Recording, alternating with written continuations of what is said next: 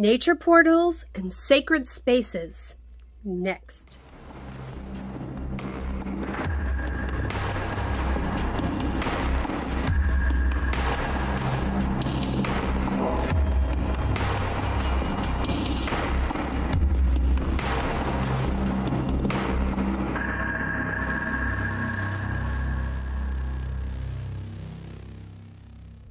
Hello, Rune Guidance of the Norse here.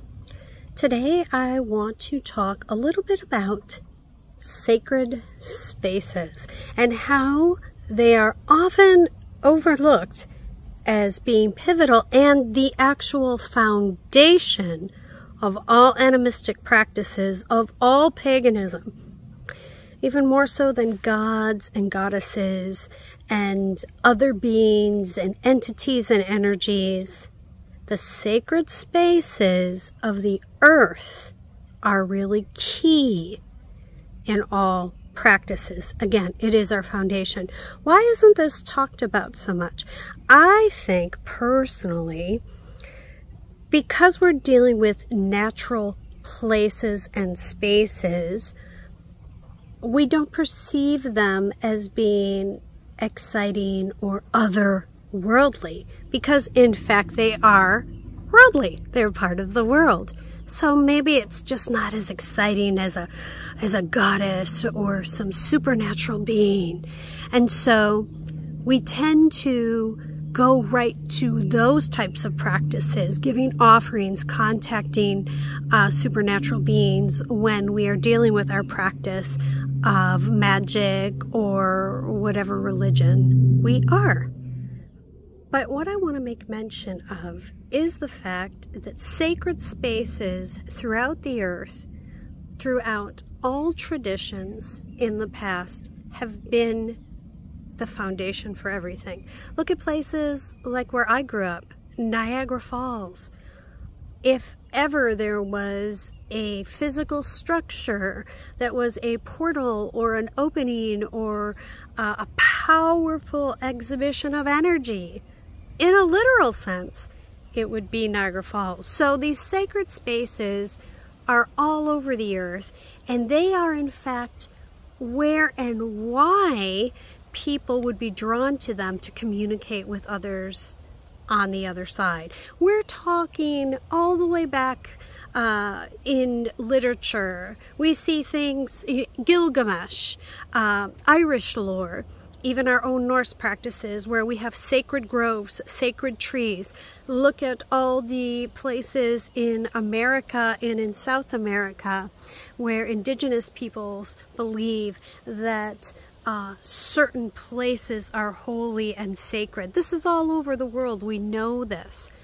Why? What causes these structures to be so important to us? A lot of times we feel it's the structures that are built on top of these places that make them holy, like Machu Picchu and all these, incredible temples that are found in India that are thousands and thousands and thousands of years old. Even one could say certain old churches, now, yeah, maybe only being 1,000 years old or so, but still, many people feel these structures are the things that give those places power, but I'm telling you, it is the other way around. People built these structures on land that already had a magical facet to it. So we find that the structural aspects of the land that make it unique give it the energy that connects us with otherworldly things. I know you've seen this yourself. Take, for example, Niagara Falls. Now that's, one of the biggest in-your-face, yeah, look at me type of examples. But I know you've gone in nature before. You've walked where you've felt a place was a little more sacred or had a different energy, perhaps because of rock formations or water that was present, a stream, a waterfall, a pond. Oftentimes it was a tree or what we call the sacred grove. Now, we have our own experience in Norse paganism. Well, the Germanic peoples, anyway, had something called a Donner's tree. We believe it was associated with Thor, most likely, because Donner in Old German is thunder, and we know that Thor was the thunder god. So in the 8th century, it's believed that the missionary St. Boniface chopped it down, and that is what really was the nail in the coffin for Germanic paganism at that time. It is said that people wailed and wept. It was devastating, the killing of this sacred monument. Legend says that wood from that most sacred tree was then gathered up and used to build, you guessed it, a church. But again, that brings me to the point that that's what happens in these sacred places where you see these old structures and temples. They're built there because the land already had a certain energy to it, a certain vibrational aspect to it that made people feel different. This has been scientifically proven. We know that certain things in nature cause us vibrationally to feel better. Hence, that brings me to Lifjeberg, which is the healing mountain in Norse pagan lore. The healing mountain, and often they were mountains, was a sacred space that it was said and believed that if you were there or brought there or energy was taken from there, it could heal you. And that, of course, brings me always back to the same thing I'm always telling you guys: go out in nature because it's healing. So my parents, especially my father, really stressed to me, if you are ill, you lay on the ground in the sun outside. Just do it. It is known, apart from absorbing nutrients, vitamins, stimulating processes in the human body to start to work more efficiently, there is a vibrational aspect that there is an alarming amount of evidence for that is beneficial to the human body. So the ancient ones, sensing this, this place is holy. There's that amazing uprooted tree that I told you was really kind of special when I was doing some rune workings. And remember how I told you guys, do your rune practice outside as much as possible? As the old Swedish saying goes, there's no bad weather, only bad clothing choices. I know not everybody can live in Florida, but the idea of being outside and tapping into the energy around you of sacred places amplifies everything that you're doing. Look, that's why people love crystals, because crystals are a known energy amplifier. So they make people feel good. And whether you think it's all woo-woo or whatever, I'm not here to debate that. The idea, though, is they're energy amplifiers. That's why they're used in technology. So having energy amplified in a sacred space is incredibly powerful. Now, what happens when these spaces are breached? As in the example that I gave you with the Thor's tree, or with other sacred groves. You know, so many traditions have a tradition where their sacred tree was cut down, or you know, the sacred place was destroyed. And that's why even the sacred temples being destroyed and being replaced with other more recent religions was so devastating too, because those ancient temples represented the structure of the natural land and the energy that it amplified. So what happens when they're breached? Well, this is where we come into a lot of these crypto type of entities or monsters. I believe that monsters represent the guardians of the liminal spaces that we find in these sacred groves. Often they were attributed as protectors of these places. And if you pissed them off, it was a problem. A more commonly known entity that would be a good example would be fairies. There is all kinds of lore in Celtic lore, which I am not a specialist in, nor is it my personal tradition. There's others who could give you more information about that, but from what we all know, the common knowledge is you just don't go in and wreck a place where fairies dance, where fairies are. There are dramatic consequences that take place, from the failing of crops, loss of fertility, death of your livestock, and death even of yourself, and of course financial ruin. And we even see this in our tradition of the Tomta, and how placating that energy and honoring that energy and respecting it as an ancestral guardian who deserves respect makes your life better in the present realm. So these liminal spaces, or these entities that occupy them, whether they are in physical form, as some people believe perhaps the Yeti or Bigfoot would be, or if they're representing the physical form, the physical aspect of that energy condensed, it really doesn't matter. It's about not rupturing, is the word I'm looking for, that harmonious balance of energy. This is why it's so important, sacred spaces, especially if you're a practitioner and you are a practitioner of magic and healing. Because nature itself is the expression of balance and harmony. It is the God. You can pray to deities and angels and all these things to help and assist and guide and aid, and it's right in front of you. Nature is the expression of that balance and harmony. Ayurvedic medicine teaches that what is dis-ease? It's when the body is not at ease. Harmony is disrupted.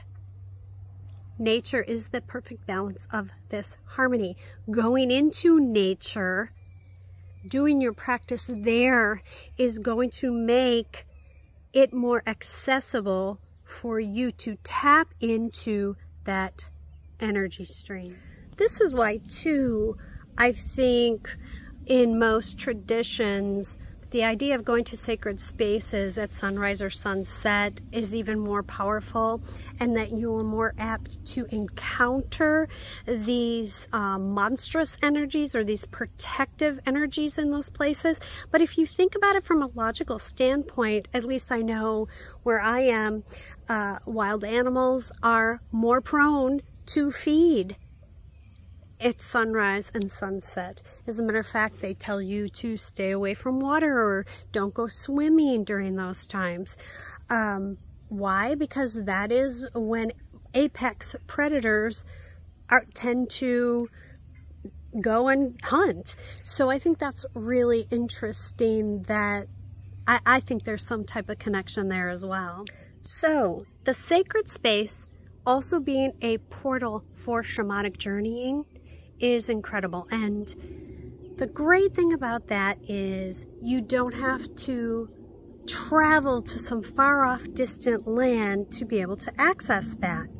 Now there's another aspect to these sacred spaces that I wanted to address before I let you go and before I absolutely melt in this high noon sun of Southwest Florida. Even with my hair wet, thinking it would keep me cooler. No, it doesn't. Anyway, the other thing I wanted to address is the aspect of these sacred spaces being portals. So tapping into the energy, as I said, but look at the aspect of them being keys to the cosmos and other realms. We see this with Sybil, Hecate, Ipana, Hera, Frigg, even in our own tradition, are associated with keys. Yes, keys often are represented by fertility or representing fertility.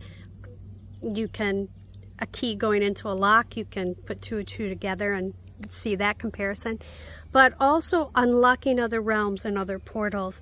And that really brings us to Odin and the idea of him being in a sacred space, hanging on the tree for 9 days and 9 nights, and that sacred well beneath him pulling up the runes into himself, and the idea of portaling back and forth or journeying as the shaman does to other lands. And that reminds me, I brought along a special friend. Remember I told you about this buck pelvis is going to make a great shamanic mask, and I'm so grateful for that. But yes, these portals often are the keys to other realms. You can invoke and create or cultivate sacred spaces that you have access to. Everyone, I believe, has a right as a human, and is given that right divinely as a human part of creation, to be able to have access to these sacred spaces, including ones that maybe we've even created ourselves in our own technology as we evolved as a species, because still we're part of the earth. So if you don't have nature near you, we find oftentimes these places exist in a hallway, or a strange part of a house, or a closet, or in a wall, maybe where energy is trapped that has come up from the earth, and then as people built communities on that area in a city or something, that there's something there. And if you are open and guided, you can find these places as well. I know it sounds real new agey and real like, oh, portal to other beings and blah, blah, blah. But I'm trying to bring you back to ancient knowledge. This is something that's a part of us as a human race, as a human species, to have found where these sacred places were, and then incorporated them into our rituals. Shamans all over the world, no matter what tradition you were in, would oftentimes sleep on the ground to retrieve visions or dreams. This is a tradition everywhere we find. It's part of who we are, and how we as a species on the earth connect with the cosmos and the divine, if you will. So I want you to rethink everything that maybe you've thought about in your practice now that you've been with me for a while. And if you haven't been with me for very long, welcome. To ask yourself, why do I do what I do? Why do I use the tools that I use? Am I just reciting things that I read, spells or whatever that are powerful? Or am I feeling a draw, a connection to working with something, or a space, or an energy? And oftentimes, even if there's beings that you feel called to, it's interesting, because when you look into the lore of that being, even if they're not part of your system of religion or whatever, you'll see that they represent something that in yourself is an aspect that needs healing, growth, or change. And why I'm always going back to healing is because that is the root and basis for all magic. You see all these TikTok witches and witch school and this and that and whatever, and that's all great. But why did people, what drew people in the first place was because connecting into that type of energy made them feel more control, more power, more healing in this chaotic cosmos that we live in. So it really is the root of everything. And all the old sages and all the old wise ones and all, you know, all the old witches, people went to them for healing. And not just physical healing, but I'm pissed off at my neighbor, what they would perceive as healing their emotions, whether it was nefarious or not. It still all goes back to them wanting to feel better, aka healing.